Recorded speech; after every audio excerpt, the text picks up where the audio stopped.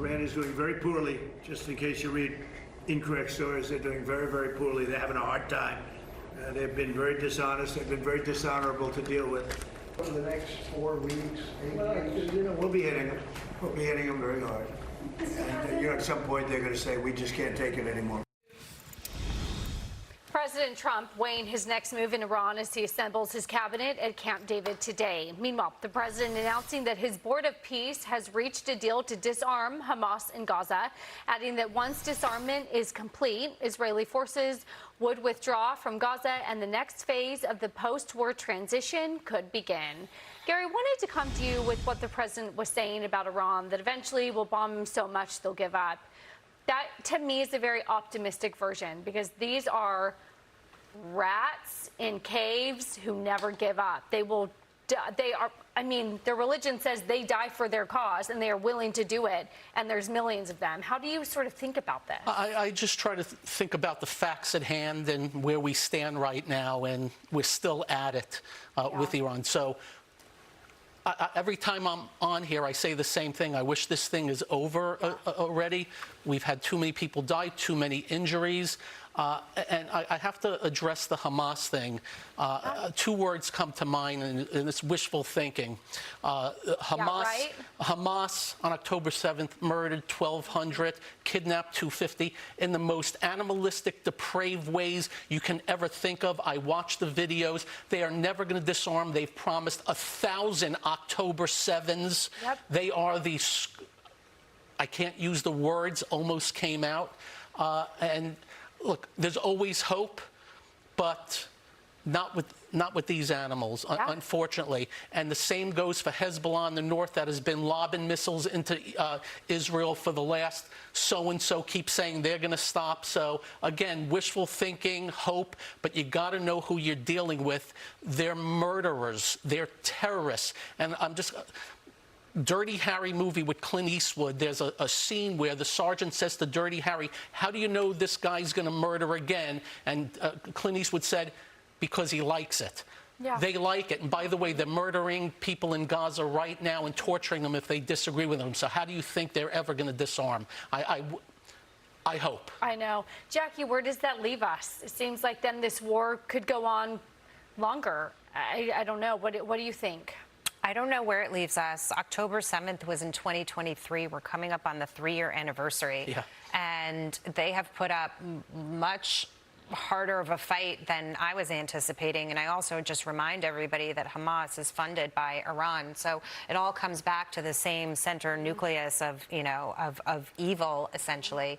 I do think that whatever the president is doing with his strategy, there's a time element involved, and he's even willing to upend the Republican Party in the midterms if he has to achieve his goal, but that the time element may collapse this regime. If this regime collapses, I do think you handle some of the proxy groups, obviously, that were being funded. When they're not funded anymore, it's going to be much harder to have the kind of traction that they do.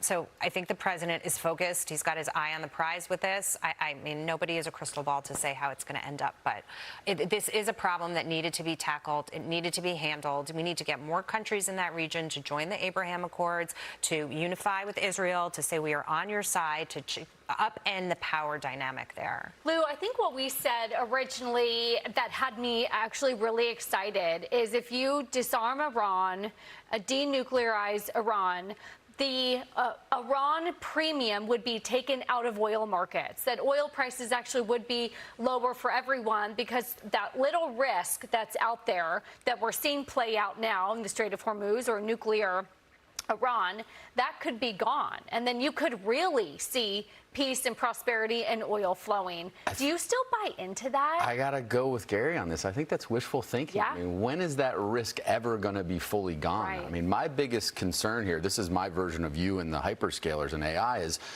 I'm just exhausted by it all. It's so many fronts at the same time. I worry about how many fronts is too many fronts, right? You have a war in Russia and Ukraine. You have the Gaza. You have what's unfolding in Spain. Are we going to get pulled into that in some way? Iran, like, we haven't settled trade deals with China yet. We're having issues with them on critical minerals. I mean, there are so many fronts that this president is doing an earnest and rightful way. Can I respectfully push back If you're You exhausted can do after it disrespectfully. Yeah, I'm not saying. Permission to Listen, do I it. said last week we have to do whatever it takes here, but I just like as Americans, we start. if you're It's overwhelming how exhausted many. after 4 months, then we're not the superpower we thought we were. I'm not. Listen, everyone, we got to go get back more wine and fresh horses for our men, as my dad likes to say. Right? This battle is not over until it's over. Okay. We had that exchange last week. I absolutely vehemently am a proud American and want us to finish the job. It's just going to take. I mean, as the president is navigating this, we said every weekend we come into this is it. We're going to bomb the hell out of them. It's going to be over. But the reality is, we see the same headlines that everyone else does, and the reality is, it's not over yet until it's over. And I still don't think Can I the just risk say premium one comes thing? out.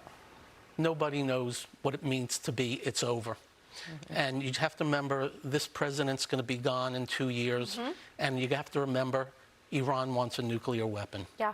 And they're going to keep going for it and going for it and going for it. They have under the ground, the mountains and all that crap. They're going to do whatever they can to get it. The next president had better be tough as nails, or else they will get one. And just remember, bad people are bad people. Yeah. Simple as that. Whether it's the dude running North Korea, but China. By the way, all we're hearing is China's giving stuff to Iran, and I wish the president stopped saying, "Oh, I'm friends with this guy." If China's giving to Iran, stop. That's not a good person. He's doing the wrong thing. So, Well, Digging because China into hates when- us. It is astonishing given the situation, not just with Iran, but with Russia and Russia oil infrastructure and the refineries just being blown to bits, with drones out of Ukraine, hot spots around the world, that we have oil prices sub $90 a barrel, and relatively stable. And that is because of the United States and the strength of our energy sector. And it would not be like that. I know that if President Trump wasn't in office, we would not be in Iran. We would be appeasing that terror regime. But we, as a nation, are able to do this because the energy sector is so strong. That being said, it is extremely difficult, particularly for smaller businesses, to manage through the uncertainty of not knowing where energy prices are going. We found out from the Energy Information Administration from the Department of Energy does a monthly update of demand, supply, that kind of right sizes what we get week to week. And diesel consumption for the month of May, when retail prices were about $5.50 a gallon, took a huge drop. If you take out the worst period of the COVID lockdown, consumption of diesel was lowest in 12 years. That sounds like demand destruction. Right. Yeah. Exactly. So it does, that hurts. That hurts the economy and it hurts business.